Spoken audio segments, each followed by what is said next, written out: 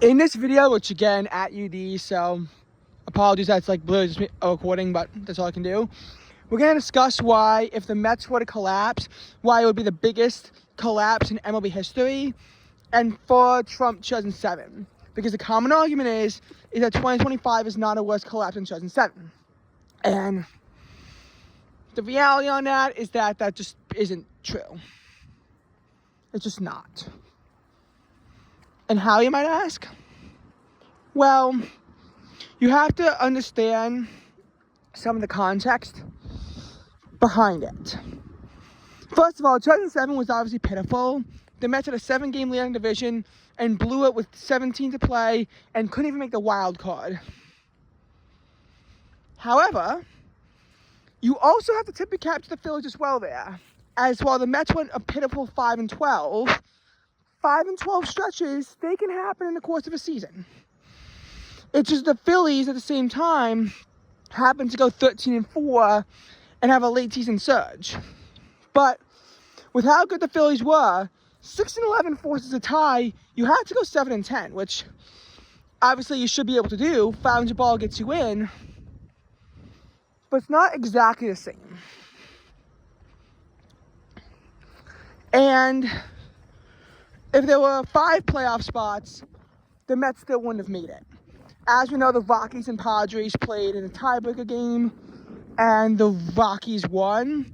If there were 5 playoff spots, the Padres also would have won, and it would have been an actual wild card game, not a tiebreaker game. Similar to what happened when the Mets and Giants had identical records in 2016 when there were 5 spots at that point. However, there are 6 spots, which there are now, then the Mets would have made the playoffs as a 6th seed with an 88-74 record. And remember, in 2024, the Mets' miracle run to the NLCS, that was as a 6th seed as well. They needed the 6th seed to make the playoffs, though.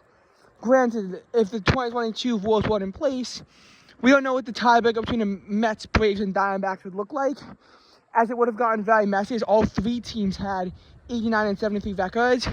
Likely, it would have been the Mets hosting the Diamondbacks, and then the winner of that game going to Atlanta and playing the Braves for the final spot. That's likely what would have happened. However, the Mets, obviously, they won those spots back then. If there was no 6th seed, the Mets would be out of the picture entirely at this point. They're like 3.5 back of the Padres at this point? They'd be out of the playoff picture entirely. Maybe 3 back, but still. Out of the playoffs entirely, if not for that 6th seed. The 6th seed is the only reason why the Mets still have a shot to make the playoffs. And again, me saying 2025 is worse than 2007, this is dependent on the Mets missing the playoffs entirely. If they make it, sure, it's an awful collapse. If they make it and they lose in a wild card round, but random things happen. 2022, for example, wasn't worse than 2007 in the sense that they had 101 wins and lost in a wild card round. Like, I mean, maybe it was, but the collapse isn't really thought of quite the same way because at least they still made it. Whereas in 2025, the Mets making the playoffs isn't as much of a certainty. And there's multiple different angles you have to look at this to really say with confidence that this collapse will be worse than 2007, even though it absolutely would be. First of all, they both came off of an appearance and a loss in the NLCS. However, the Mets then went out and made the largest sports contract in history with the acquisition of Juan Soto. Of course, what the Mets did the rest of the offseason was pitiful. They got a bunch of 4 and 5 starters and refused to sign an ace, and it took forever to get Pete Alonso re-signed, which was pitiful.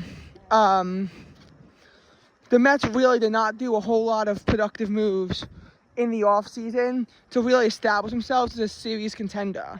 But they got Juan Soto, $765 million, the largest contract in professional sports history. So you made a very aggressive move. If 2025 is supposed to be a transitional year, you are going all in the moment you sign someone like Juan Soto. If you're getting someone of that caliber for that kind of money, you're going all in. And not being a serious championship contender is a failure. If you're trying to evaluate and let the kids play, you don't get Juan Soto.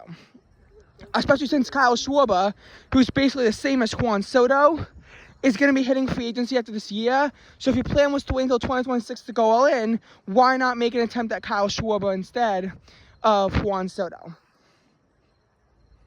I just don't get that. Congrats to Soto on 30-30, by the way. I know that steal was pointless, but he actually is becoming a much better base runner. And 30-30 isn't the most common accomplishment. It's not 50-50, but it's still something. Anyway, so you had that pitiful offseason. And again, the 2024 trade deadline was not very good either.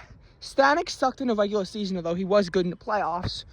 And as a key piece to the Mets faltering in 2025, Phil Maton was so bad in the playoffs that they had to get rid of him. Jesse Winker was actually pretty good, but spent most of the year injured. Paul Blackburn was so pitiful, the Mets actually, for some reason, kept him and eventually had to DFA him from how bad he was. And Huascar Brazaban, similarly, is in AAA for how bad he is. So 2024 trade deadline for the Mets was pitiful. Don't get me wrong. As a matter of fact, Phil Maton was almost the reason why the Mets were a first-round exit until Pete Alonso hit a Hail Mary home run in the 9th inning of Game 3. Because the 8th inning of Game 2 was almost going to be one of the most infamous collapses in Mets history, if not for Pete Alonso saving the day, and instead returning the favor over to the Milwaukee Brewers. Pitiful. Pitiful and embarrassing. Anyway, the Mets, despite their obvious flaws, somehow start the season with a 45-24 record on June 12th. They're the best team in baseball. They're the number 1 seed in the NL. So in order to collapse, the Mets would have needed at least 6 teams to jump them. And they had an 8.5 game lead on a wild card spot and a 5.5 game lead in the division. The division they blew in like a week.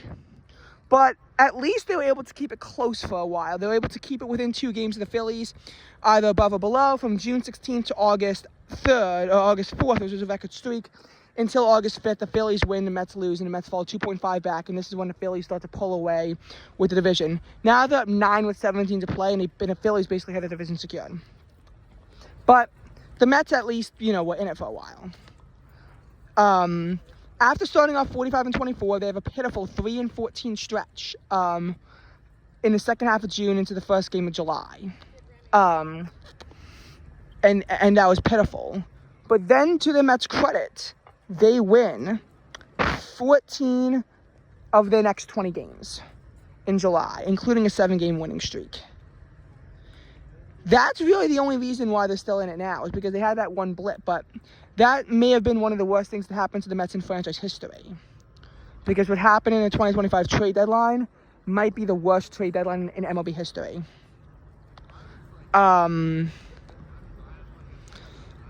Basically, as all these other teams are standing on business, the Mets did not address their biggest flaw, which was a starting pitcher. They didn't even make an attempt on one.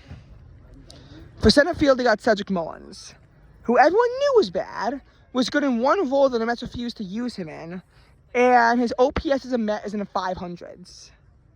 So he's actively hurting the team. And that wasn't the only acquisition for the Mets that really hurt the team. Ryan Helsley, who has an ERA in the double digits, was acquired from the Cardinals. Again, he had an ERA of 3, but it was known that he folded under pressure and was not very good. For some reason, the Mets think it's a good idea to get him as well. Both of these people are actively hurting the Mets. Gregory Soto is fine, I guess. Tyler Rogers is also pretty good, but you got him from the Giants, and you gave them Drew Gilbert, who's a key piece in the Giants coming back and almost getting a playoff spot. This could be the first time in MLB history that a team lost a playoff spot to the team it bought from. The Mets literally traded their playoff spot to the Giants if this happens. And before people say that Drew Gilbert wasn't going to be a Met anyway, this is like the PCA thing all over again. And if the Mets feel like can't develop their prospects, then that's an organizational failure that goes back to Steve Cohen. But that's another thing that I would like to digress on. More importantly, though, the Mets have their best offensive month in August before it obviously collapsed in September. Still go 11-17, and they're blowing a lot of big leads in the process. And at that point, you know, they're really even blowing their chance at a wild card spot, seeing as there's a bunch of teams right behind them. And you know, then they got some separation. They actually, you know, a few days ago were up 5 on a playoff spot. I think after Friday. So on September 5th, you know, they were up 5 with, I think, at that point, 21 to play, or 22. And they would have blown that as well. At 3 0 points, the Mets would have had a 96% chance to make the playoffs. And obviously, they blow it, they would have failed all 3 times. And this could really be the start of a prolonged period where the Mets suck. Again, they went 3-14 in the second half of June. They also then went 2-14 from July 29th through August 15th. And unlike after that, they barely rebounded, seeing as after that point, they, you know, before their 4-game losing streak even, after that point, all the Mets could do was go, 16-11? That's barely rebounding. And then, of course, the Mets are now on a 4-game losing streak at least. That could very easily become a lot longer. The reality is that this could be the biggest and most embarrassing collapse in MLB history. From the offseason acquisitions to being the best team in baseball to collapsing, having 3 separate chances to at least get something out of it and to fail at each and every single one of them would undoubtedly be the biggest collapse in MLB history. Much worse than 07.